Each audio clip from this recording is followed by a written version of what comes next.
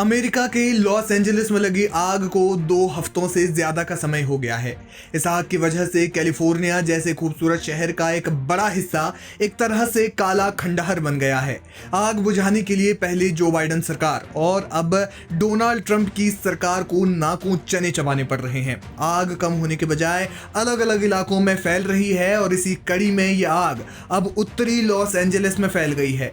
हजारों लोगों को घर खाली करने का फरमान जारी किया जा चुका है। सेंटा क्लैरिटा घाटी में लगातार आग की लपटें उठ रही हैं। बताया जा रहा है कि अकेले उत्तरी लॉस एंजलिस में अब तक 10,000 एकड़ का इलाका जलकर खाक हो गया है। इसके अलावा कैलिफोर्निया के दक्षिणी इलाके में भी आग फैल गई है।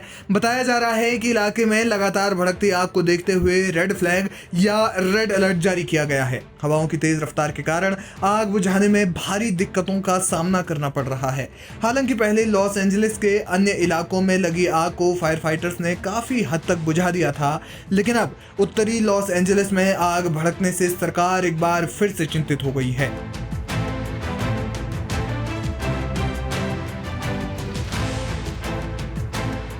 कई रिपोर्ट्स के मुताबिक उत्तरी लॉस एंजलिस में लगी आग पर बुधवार तक 36% तक काबू पा लिया गया था, लेकिन हवाओं की तेज रफ्तार के कारण आग भड़की, जिसकी वजह से एक बार फिर से बड़े इलाके तक आग फैल रही है। बताया जा रहा है कि उच्च अधिकारियों ने अब तक 31,000 घरों को खाली करवाने का आदेश जारी किया था। वहीं लगभग 23,000 और अन्य घरों तक आग फैलने की आशंका जताई थी। इस मामले में अमेरिका के राष्ट्रपति डोनाल्ड ट्रंप का भी बयान सामने आया है। उन्होंने इस मामले में कैलिफोर्निया राज्य की जल नीति की तीखी आलोचना की है। डोनाल्ड ट्रंप ने कहा कि राज्य में इतने बड़े स्तर पर आग लगने के बावजूद पानी का प्रबंधन ठीक तरह से नहीं किया गया। ट्रंप ने एक इंटरव्यू के दौरान कहा, पैसिफिक पैलेट्स में जब शुरुआती दिनों में आग लगी तो शुरुआती कुछ समय में ही पानी छोड़ने वाले पंप पूरी तरह से सूख गए थे, जिसकी वजह से आग पर काबू पाना मुश्किल हो गया। लॉस एंजलिस के दक्षिणी इलाके में आग बढ़ने के बावजूद पानी का प्रबंधन ठीक तरीके से नहीं किया गया।